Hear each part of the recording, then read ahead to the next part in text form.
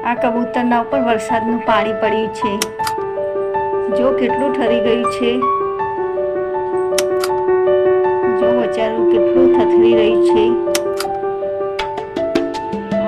કેટલું બધું પાણી છે એના ઉપર. બધા કબૂતર કેટલા બધા છે.